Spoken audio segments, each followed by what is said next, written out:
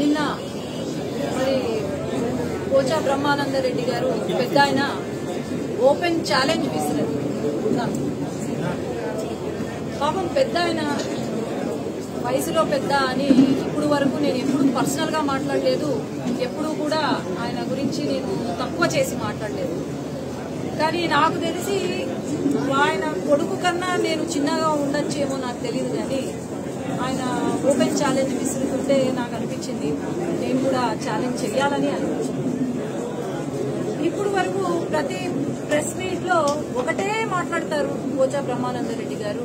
ఏమంటారంటే వైసీపీ ఇచ్చిన సంక్షేమ పథకాలు ఏవైతే ఉన్నాయో అవి బాగా అందాయి కాబట్టి మళ్లీ మేమే గెలవబోతున్నాము, మళ్లీ వైసీపీనే గెలుస్తుంది అని మాట్లాడుతున్నారు. మరి సంక్షేమ పథకాల గురించి ఒక ఎంపీ మాట్లాడుతుంటే ఆయన ఎంపీటీసీనా మరి ఎంపీనా నాకైతే తెలియట్లేదు. ఎంపీ అన్నాక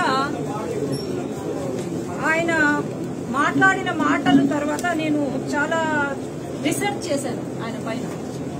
పాపము ఈయన నంద్యాల పార్లమెంట్ లోనే ఆయన కనిపించట్లేదు, ఏమన్నా ఢిల్లీలో ఉన్నాడేమో ఎంపీ కదా అని అనుకుంటే ఆయన సెషన్స్ కి కూడా పాపము 60% పర్సెంటేజ్ అంట ఆయన అటెండెన్స్ అంట.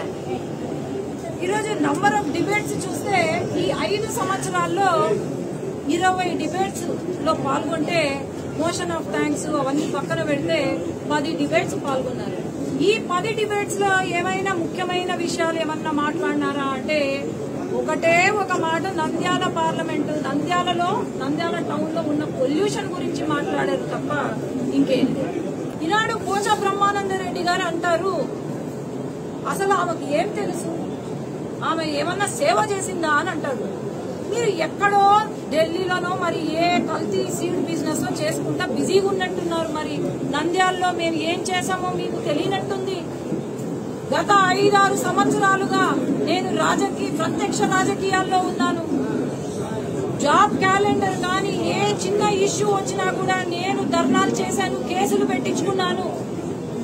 యూత్ వింగ్ కి స్టేట్ జనరల్ సెక్రటరీగా ఉన్నా, నంద్యాల పార్లమెంట్ కి జిల్లా అధ్యక్షురాలుగా కూడా పనిచేస్తున్నాను.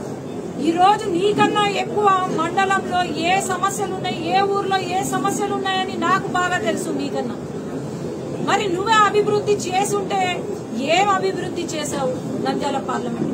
నీకిచ్చిన ఎంపీ ఫండ్స్ లో ఎక్కడైనా ఏదన్నా చేసినావా అని నేను అడుగుతున్నాను. ఈరోజు ఇల్లీగల్ గా నువ్వు కల్తీ విత్తనాలు అమ్మినావు నువ్వు రైతులకు. ఇక్కడే ఉన్నారు రైతులందరూ వచ్చినారు.